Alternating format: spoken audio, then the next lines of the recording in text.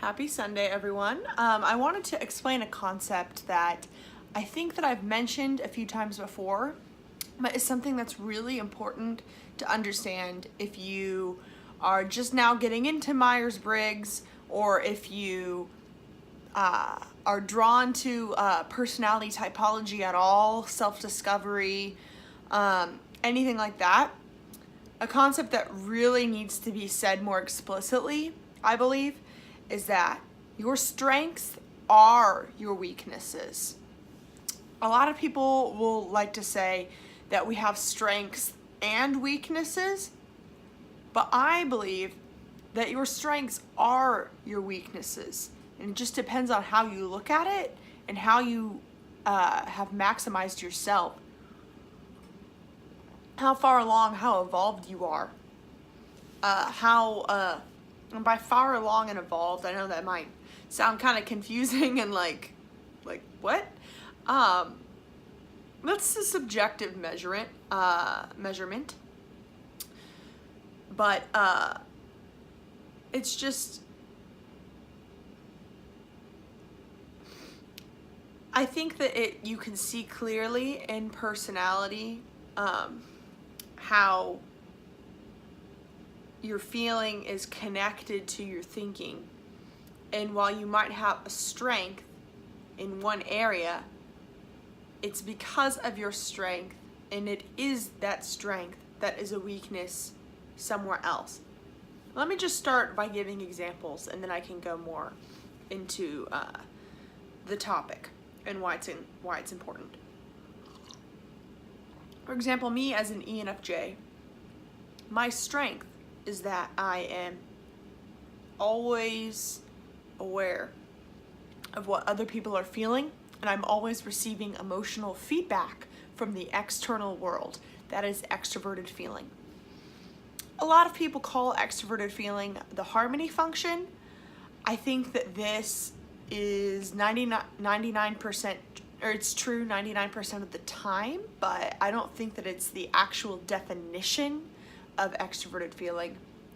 I think that the definition of extroverted feeling is external emotional feedback and judgment. Like a lot of times that's harmony, because if you are getting that much feedback emotionally about the people around you, then 9 times out of 10 you're gonna like sort of feel responsible to creating harmony in some sense, because it's kind of overwhelming to live that way. If you don't live that way, if you aren't an FJ, you might not know what I'm talking about, but it feels like almost impossible to ignore if you are that way. But that doesn't mean that everyone is gonna choose harmony. Like, I'm sure there are plenty like serial killers or like crazy people that were overwhelmed by the emotional feedback, and so they just started to attack or antagonize anyone that wasn't harmonious or in their worldview. Like FE doesn't necessarily mean like good or bad, because what I'm saying here is that it is a strength that I am able to perceive other people's emotions, be able to respond directly to them, be attentive to other people's emotions. But you see, that strength, which can allow me to be a great speaker or a writer or life coach or anything like that, that skill, that strength is directly connected to the fact that I don't know how to give less of a fuck. Like, I am always like thinking about what people think about me, because that emotional feedback, it also is a flaw. It's also a weakness that I care too much about what people think about me. And if you're an FJ, please comment below if you feel this way too. I have a feeling that is a familiar conundrum for the FJs out there. Like, great, I can respond to your emotional needs. I can understand emotions that are different than mine, understand point of views that are different than mine, understand the collective view. That's great, and you can learn a lot about your perspective by looking at others, but it also can be crippling. And I think that the study of Myers-Briggs and socionics what's really interesting there is that your strengths are literally written in your your type. If you look at the functions that make up that type, your strengths are written in plain sight. But those strengths are also your weaknesses, and every type is equal when it comes to strengths and weaknesses. Does society allow for equality amongst the strengths of all types? No. Are all of the strengths equally valid and equally important? Yes. I think that a lot of times it's TPs that are able to see my weaknesses the most, because my inferior function is introverted thinking. And so TPs are well aware of their weakness that comes from extroverted feeling. And so they might look at me and see my extroverted feeling as a weakness because they're aware of the weakness of their extroverted feeling. And like vice versa. You have to just remember that this is all like subjective, and this is all based on your perception. And the reason why I'm saying that your strengths are your weaknesses, I think that that's a very freeing statement, because it frees you from comparing yourself to others like, well, I have about 16 strengths, but about 27 weaknesses. Like, everyone, it's more about tapping into who you are and then maximizing your strengths. At least that's what I think makes the most sense. I think that it makes way more sense to figure out how to use my FE and NI in a proper way while setting boundaries for myself than it is to shame myself for my poor use of TE and SI. Let's just give some other examples here. INFP's strength is knowing who they are, knowing what they want, and their weakness is maybe being able to get what they want. I don't know, I didn't spend enough time really thinking about these beforehand, but I'm just trying to sort of give you some examples so you can understand the concept and how interconnected your strengths and weaknesses are, and how you realize that if you focus on the strength, then your weaknesses will take care of itself. Okay, let me give actually some more examples from my life and not go into the types. I was gonna do that, but I think I might just make it more confusing, because I'm not those types. I'm an ENFJ, and I also am myself.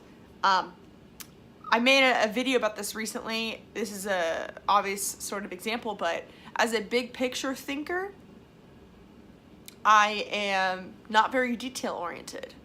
You can see this is kind of correlated with introverted intuition, big ideas, innovative, revolutionary sort of thoughts, and then introverted sensing is the details. And I'm not very focused on the details. That is a struggle for me. But it is more, it makes more sense for me to focus more and more on the big idea. And the more I zone in on the big idea, the more that all of the details are going to fill itself in. Because if you're looking at the big picture includes all the details within it. If you are an SJ, it might make more sense to go point by point and make sure you understand each detail, and you are getting a little better each day until the big picture reveals itself. For me, I need to really look at the big picture and wait for the details to reveal itself. And like, obviously it's like feelers really understand feelings, and then thinking is their weakness. Like, but I don't know. I guess I just want to make this video to sort of reframe the ideas about what your weaknesses even are, and also just to remind you, why are you interested in Myers-Briggs? Why are you interested in socionics if you're interested in that? And also Enneagram, I'd like to bring up, is also very similar. I think Enneagram does a better job at explaining that your strengths are your weaknesses. If you go to the Enneagram Institute, great resource. Like, for example, I'm a type 2, and if you go to the type 2 page, it shows what a healthy 2 looks like versus a unhealthy 2, and it sort of ranks them. And I think that that's a really good way of looking at how, you've been the same that entire way. You're the same person whether you're tapping into your strengths or your weaknesses. The challenge is figuring out who you are so that you know what strengths to bring out. I don't really view it as like, oh, I'm going to try and gain this strength because I only have 5 and I need 6 and this person has 10. You know, like, don't even think about other people. Don't compare yourself to other people. Don't try and count like how many of your strengths are your weaknesses. And you also have to realize that your like depression or anxiety or any sort of mood that you're in is going to influence the way that you view your strengths and weaknesses. If you are if you suffer from depression, or if you are going through a transformational time in life, or if you suffer from anxiety, or if you're feeling a little lost and you look down at yourself and you're like, all right, what are my strengths and weaknesses? You're probably going to come up with more weaknesses than strengths. But I would say ask yourself, well, how are those weaknesses actually strengths? How are those weaknesses that I am picking out about myself dependent upon my strengths? How can I imagine a world with my strengths without my weaknesses? Is that possible? Really ask yourself that. Is it possible for me to have these same strengths, but then to not have any weaknesses? I think it's absolutely impossible. I think everyone has weaknesses. It's all about building your life around your strengths. I mean, in a business, for example, there are a bunch of different roles, like accountant, marketer, like the tech person, all these things. If you're an entrepreneur sort of person, you might be trying to do all of it all at once. And you might know that true success is whenever you are able to hire out the positions and the roles that you aren't good at. I think that a truly successful person understands their strengths, uses them, and then their weaknesses or whatever, you won't even notice them. The more strong their strengths are, then the more their weaknesses won't even be bothering them. And if there are tasks that they aren't that great at, then you can give out to somebody else who is better at it. And that's why I love Myers-Briggs. That's why I love personality, is to really just understand how we're different. And I'm good at some things, and thinkers are going to be good at other things. But that doesn't mean that feelers are not as smart as thinkers. It just brings a different perspective. Feelers are brilliant in the sense that they are able to know what they want, explain what they want, understand what people want, understand what will cause someone to do something. All these things that are so important in communication, in marketing, in art. Like, feelers are brilliant in the business of organizing people, managing people, because we understand people. And it's all about, I feel like a lot of people have missed the mark when they're learning about Myers-Briggs, where they maybe have a hard time typing themselves because they think, I don't want to be this way because, I don't know, like ENTP seems like a better thing to be than INTJ. Like, I don't know. Like, I think all of these types sort of have like connotations about them and beliefs about, I mean, each individual person looks at the types and has sort of beliefs about whether this is a good type to be, a bad type to be, whether this type is smarter, this type is smarter. A pure description about Myers-Briggs isn't going to tell you how smart somebody is. It's not going to tell you like how capable somebody is. I really just want to redirect the conversation towards trying to figure out who you are so that you can figure out what your strengths are, so that you can amplify your strengths maximize your strengths.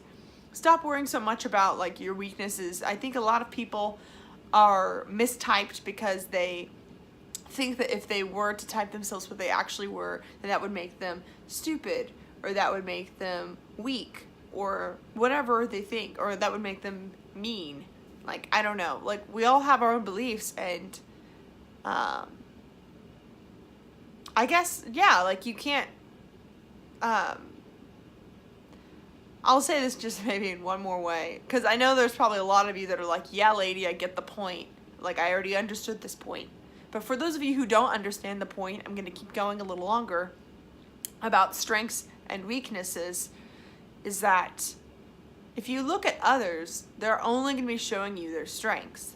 But each of their strengths are connected to a weakness, and so you really just can't escape the fact that there's going to be a weakness connected to your strengths.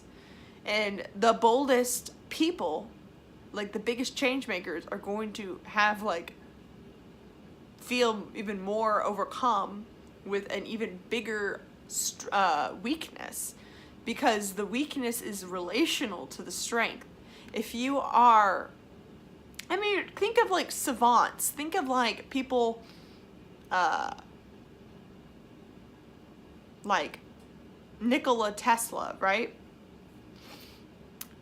Incredibly brilliant, incredibly smart, but in like a thinker sort of way, to where their social skills take a toll. A person like that, who like is a savant and really just the most brilliant mind of a generation, I don't know, is going to maybe even have more weakness to overcome in order to really grow into that, because if you're like special and you have like a really special strength, then it's going to be pretty radical, and your weakness is also going to be pretty radical. And I feel like a lot of people that I'm talking to are people like that. People that feel like they have something really great to give, but they have a really huge obstacle to get over.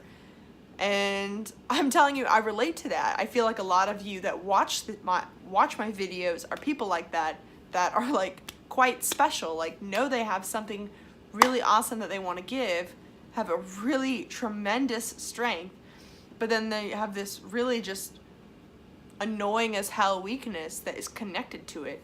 I'm just saying, like, don't try and get out of your weakness, because your weakness is supporting your strength in ways that you don't realize. Strengths need to be supported by a weakness, or else they're fake. Like, I'm frustrated now because I feel like I'm not explaining this to the best of my ability. Maybe I'm just realizing right now that there is a lot of limiting beliefs out there in the collective about this. I don't know. I really believe that, I don't know.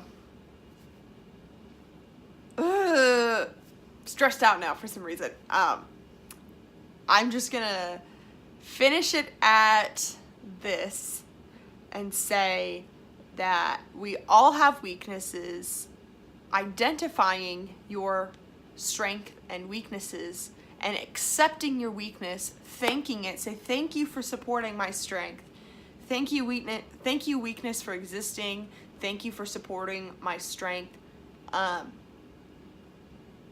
feel like if we all did that, then we can all sort of blossom into the best versions of ourselves and actually start using our strength and not letting our weakness get in the way. So thanks for watching. I really appreciate it. You guys have no idea how much you mean to me. I read all your comments. I'm just really motivated by doing this. I'm excited to keep making videos like this, hopefully some more that are kind of like a mix of like motivation and Myers-Briggs, and I want to get more into just explaining what the types are, but I don't know, I feel like I really just want to help people understand that these things are tools and help you apply these tools to your life, I don't really care, honestly, that much about explaining what the tool is. There's so many great resources out there that can teach you about Myers-Briggs, but I really just want to bring everyone down to the root of why do you even care about this? Why do you care about Myers-Briggs? Why are you watching all these Myers-Briggs YouTube videos? Why are you obsessed with what your type is? Because you know what? I was there. I mean, I've been in that state from like age 18 to like 21. I basically was obsessively on Myers-Briggs forums, reading about it, wanting to know everything and there is about it. And I'm telling you, I still love it just as much as I did, but it has become such a more helpful tool for me whenever I really realize, like, what is this actually offering me? And how could it improve my life and how could it improve others? So anyway, thanks for watching and have a terrific day. I love you so much. Goodbye.